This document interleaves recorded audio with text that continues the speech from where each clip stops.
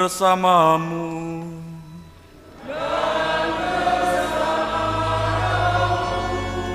Inilah Injil suci menurut Matius.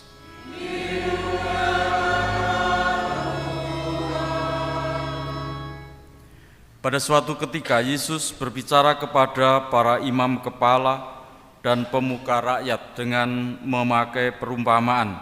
Ia bersabda, "Hal kerajaan surga itu seumpama seorang raja yang mengadakan perjamuan nikah untuk anaknya. Ia menyuruh hamba-hambanya memanggil orang-orang yang telah diundang ke perjamuan nikah itu, tetapi mereka tidak mau datang. Raja itu menyuruh pula hamba-hamba lain dengan pesan, 'Katakanlah kepada para undangan, hidanganku sudah kusediakan, lembu-lembu jantan dan ternak piaraanku telah disembelih. Semuanya telah tersedia, datanglah ke perjamuan nikah ini.' Tetapi para undangan itu tidak mengindahkannya. Ada yang pergi ke ladangnya, ada yang pergi mengurus usahanya, dan yang lain menangkap para hamba itu, menyiksa dan membunuhnya. Maka murkalah raja itu, ia lalu menyuruh pasukannya ke sana untuk membinasakan pembunuh itu dan membakar kota mereka. Kemudian ia berkata kepada para hamba, 'Perjamuan nikah telah tersedia, tetapi yang diundang tidak layak untuk itu. Sebab itu pergilah ke persimpangan-persimpangan jalan dan undanglah setiap orang yang kalian jumpai di sana ke perjamuan nikah ini.' Maka pergilah para hamba, dan mereka mengumpulkan semua orang yang dijumpainya di jalan-jalan, orang jahat dan orang-orang baik, sehingga penuhlah ruangan perjamuan nikah itu dengan tamu. Ketika raja masuk, hendak menemui para tamu, ia melihat seorang tamu yang tidak berpakaian pesta. Ia berkata kepadanya, 'Hai saudara, bagaimana saudara masuk tanpa berpakaian pesta?' Tetapi orang itu diam saja. Maka raja itu berkata kepada para hamba, 'Ikatlah kaki dan tangannya, dan campakkanlah orang itu ke dalam kegelapan yang paling gelap. Di sana akan ada ratap dan kertak gigi. Sebab banyak yang dipanggil, tetapi sedikit yang dipilih.'" Demikianlah sabda Tuhan. Terpujilah Kristus. Bapak saudara sekalian, kerajaan surga oleh Yesus digambarkan dengan perumpamaan sang raja yang menyelenggarakan pesta. Kita semua sudah pernah hadir dan mengikuti, bahkan mungkin menyelenggarakan pesta.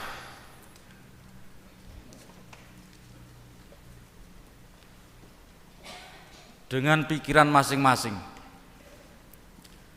Ada mengadakan pesta ya, pokoknya senang, mengundang sanak saudara, sahabat, kerabat. Ada yang mengadakan pesta ya sambil hitung-hitung toh.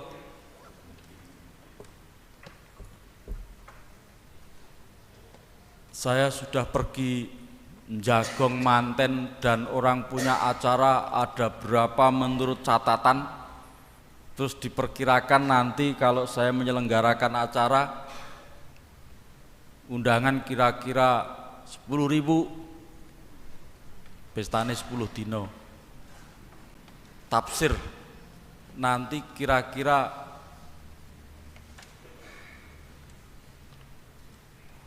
untung atau bati. Nah, gitu kira-kira.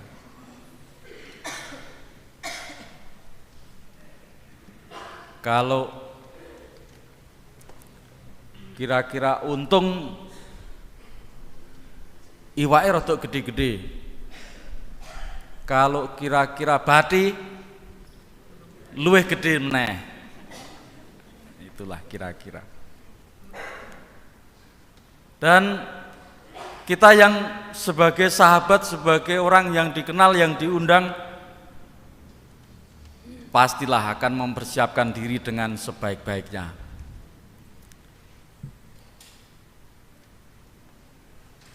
Mungkin tidak ada orang yang mau pergi jagong manten itu seko pasar tuh bablas jagong. Ada. Kalau pergi melayat itu tidak usah repot-repot.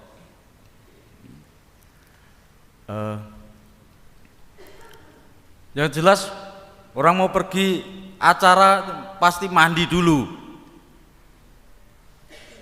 bersihlah, terus dandan serapi mungkin, isih kurang pede dengan keringatnya, pakai parfum, kurang pede lagi dengan bau mulutnya, semprot parfum juga.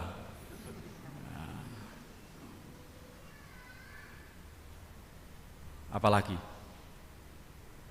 menyiapkan amplop, terus kendaraan, sekalian tahu untuk pamer, aku lebih mobil atau apalah ya, begitulah kira-kira. Dan itulah ketika kita pergi ke pesta dengan persiapan yang sedemikian menghabiskan, katalah begitu, banyak biaya. Itu belum kalau yang memberi undangan itu banyak, sehari ada 2, sehari ada 3, ya, banyak-banyak. Tapi pikir-pikir juga, kalau nggak datang diundang nanti ditanya malu. Masa memberi ucapan selamat ya lewat HP saja, WA.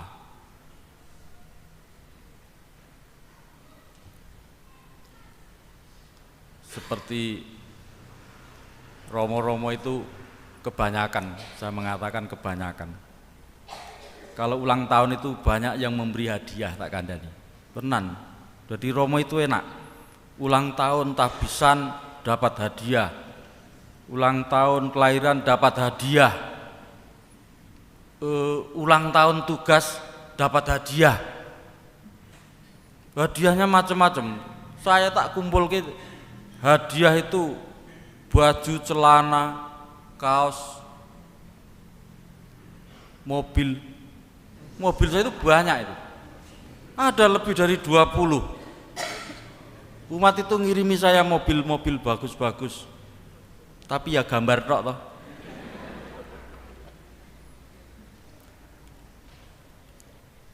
Nah, itu minimal saya sudah membayangkan. Kalau punya mobil lebih dari 20 terus oleh nganggu kapan, ya ta? Yang kedua mau parkir di mana? Yang ketiga pajaknya saka ngendi dan seterusnya. Nah, tapi baiklah. Saya berterima kasih. Kirimi gambar wewe seneng aku. Nah, daripada punya ragate akeh ya toh. Punya gambarnya saja sudah senang. Perjamuan Tuhan. Apa yang kita buat, kita lakukan sebagai persiapan dan kehadiran kita dalam perjamuan yang diselenggarakan oleh Tuhan.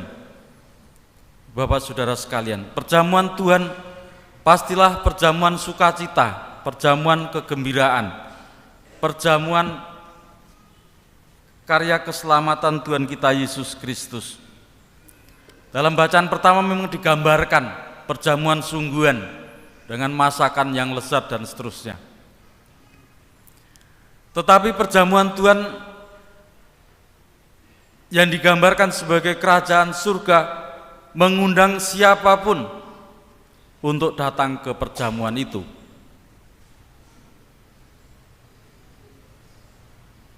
Menurut perumpamaan Yesus, satu gambaran adalah orang yang datang tetapi tidak memakai pakaian pesta. Artinya apa? Orang itu tidak melakukan persiapan, atau bahkan orang itu ya datang tetapi tidak menghargai di pesta raja, ya. Tidak persiapan atau setidaknya dia tidak menghargai undangan raja ini, datang untuk ambil bagian dalam pesta, dia tidak persiapan atau bahkan tidak menghargai.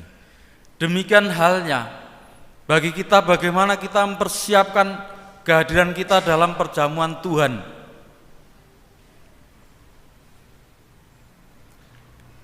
Dan dalam perjamuan Tuhan, orang dengan mempersiapkan diri dengan baik dan juga menghargai, berarti kita sudah mempunyai hati untuk hadir ke perjamuan sukacita itu. Bapak saudara sekalian, saya tidak ngomong soal duniawi, tetapi bagaimanakah rohani kita persiapkan dengan sebaik-baiknya untuk ambil bagian dalam perjamuan Ekaristi. Dari rumah itu setidaknya sudah mempersiapkan, Tuhan, dosa-dosa saya, ya, mulai dari yang jelek toh. Dosa-dosa saya itu apa ya? Supaya kalau kita, marilah saudara kita mengakui dosa-dosa kita, terus orang nanti 5 detik terus saya mengaku ngono ki, jari ini disuruh meneliti batin kok cuman 5 detik itu dosanya piro, ya kita siapkan dari rumah gitu loh maksudnya ya. Nah, yang kedua, seperti orang pergi Jagong manten, membawa kado, membawa hadiah, membawa amplop. Saya nggak bicara uang ini. Tetapi apa yang akan kita persembahkan kepada Tuhan adalah sukacita, kegembiraan, juga pekerjaan-pekerjaan, tanggung jawab. Dan yang utama adalah hidup kita sendiri yang kita persembahkan kepada Tuhan supaya senantiasa dalam berkat-Nya. Doa pembuka, kita tadi mendoakan dalam hati, atau saya doakan, semoga rahmat-Mu mendahului dan mengikuti. Ya, doa ini kan bayangannya itu berkat Tuhan itu menuntun dan menopang hidup kita. Maka baik saudara sekalian, dalam Ekaristi kita semua mempersembahkan apa yang ada dalam hidup kita, supaya dengan berkat Tuhan kita semua juga dapat mengembangkan, menggunakannya dengan rahmat Tuhan dalam sukacita dan dalam kegembiraan, yang pada akhirnya kita semua sungguh-sungguh dipersatukan dalam perjamuan kudus di surga oleh karena karya agung Yesus Kristus yang telah berkenan hadir, diutus sebagai pembawa undangan, tidak hanya membawa undangan, sebagai penyelenggara perjamuan. Bahkan tidak hanya penyelenggara, tetapi Yesus sendirilah yang menjadi jamuan bagi kita semua dalam tubuh dan darah-Nya ketika kita menyelenggarakan Ekaristi. Marilah kita mohon supaya hidup iman kita semakin ditumbuh kembangkan, supaya kita hidup dalam karya keselamatan Yesus Kristus, supaya kita dengan tekun menghayati iman kita dengan sebaik-baiknya dalam perilaku hidup dan perjalanan sehari-hari. Tuhan menyertai kita kini dan sepanjang masa. Aku percaya akan Allah